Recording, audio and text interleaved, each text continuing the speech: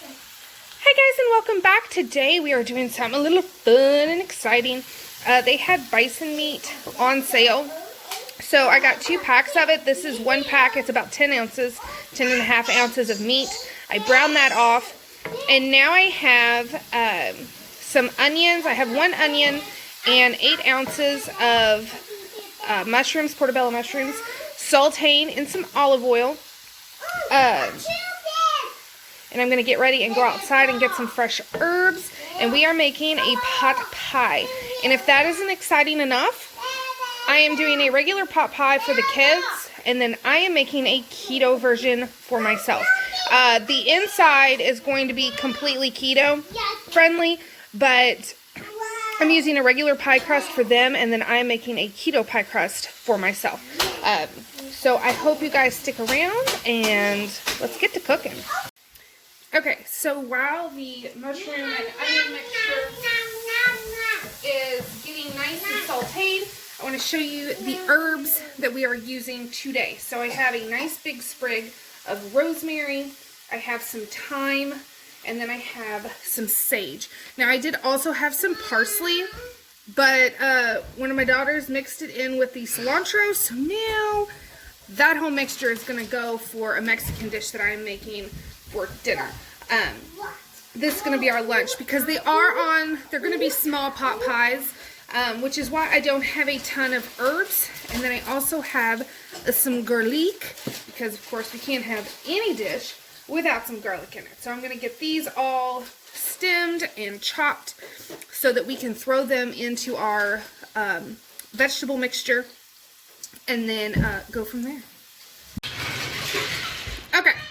So I went ahead and added all the herbs that I showed you, plus about 6 cloves of garlic chopped, and then I added the bison meat back in. And I'm just going to let this cook for like a minute, if that, and then we'll start making our sauce. Now, if you weren't worried about low carb, I will leave a link down below to my pot pie recipe where I make a roux gravy type thing. And that's my sauce. But I'm going to do it a little differently this time since I want to do low carb. Okay, so the way that I'm going to do this so that it thickens, like you can add xanthan gum and stuff, and I have that. But I'd really rather just let it kind of thicken on its own. So we're going to use heavy cream. And the amount will depend on the amount of filling that you have. And I am going to put in a couple red pepper flakes. I'm not going to do any salt yet because we are going to use a beef base. I am going to put in some pepper. And then I like to use the better than bouillon.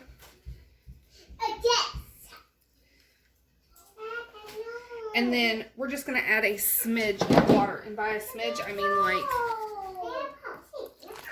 that. Like a 1/4 cup. And then I'm just going to let this simmer until it looks like it's thickened slightly. And then we will taste it, see if it needs anything. Oh, parsley. I am going to add some dry parsley since I wanted fresh parsley. And now it's going in a different dish. But this already smells so good, guys. So good. I think it is going to be absolutely delicious.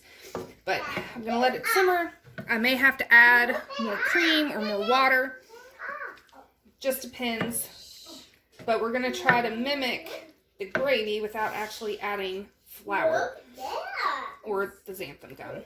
Because I just don't feel like adding it. So I don't know why I didn't think of this before, but we're going to add some cream cheese to this. I know it may sound weird for a pot pie, but cream cheese will really give our sauce the creamy thickness that you want in like a gravy, minus the carbs of flour. So I put about a third of an 8-ounce block in here, and we're just going to let all this melt together, and then we're going to taste test it because it's already ready to go in a pie.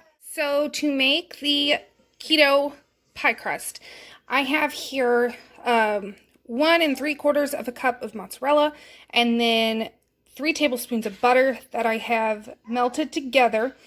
You do want to make sure the cheese is completely melted, so it's all melted together. And I'm going to put in 1 egg, and we are going to beat this until it looks well incorporated. Okay, now once you get the egg very well incorporated into the cheese and butter mixture, I'm going to add just a pinch of salt, 3/4 cup of almond flour, and we're just going to beat this until it looks like a dough. Okay, so first I want to show you the mixture, and it tastes perfect. It needs nothing. It does not taste cheesy from adding the cream cheese, and you can see it just looks creamy and thick and delicious. I'm super excited. So for the dough. So here's the dough, and this is stained. It is very much clean. But the easiest way to do it would be to take wax paper and roll it out in between 2 pieces of wax paper. I cannot find mine. I have no idea where I stuck it. I stuck that and my parchment where it would be in a good place and I wouldn't lose it, and I've lost it. So there's that. But I'm going to use this instead. I'm going to grease it a little bit. This is a baking sheet, and then I'm going to roll it out in this, and then we're just going to throw it right on top. I was going to make more than 1 pot pie, but I'm just going to make 1. I'm not worried about it. So it is just going to be a top crust. You could, of course, double the recipe and make a top and bottom crust and put it inside it, but I'm just going to do a top crust, roll it out on this, and then this is going to go for 350 degrees for about 30 minutes. Just watch the dough. That's really all you're waiting on, is for your dough to cook. So it could take less time. It could take more time. But I will bring you back once this is done. All right, guys. So here it is after it has sat for about 5 minutes. It was puffed up, but I cannot wait to try it. It smells phenomenal. And it did take about 35 minutes at 350 to get to this golden brown. So I'm going to cut it, plate it up, and we're going to try it. Okay, so here it is. Now, obviously, it's going to be a little creamier under here just because we didn't do a bottom crust. So when you take, it came out perfect. I'm just saying, if you don't do the bottom crust, it could be creamier just because not everything was kept in place. But let's try. Oh, look at this crust. Just look at that. Oh, I don't even know where to begin. Let's try the filling first.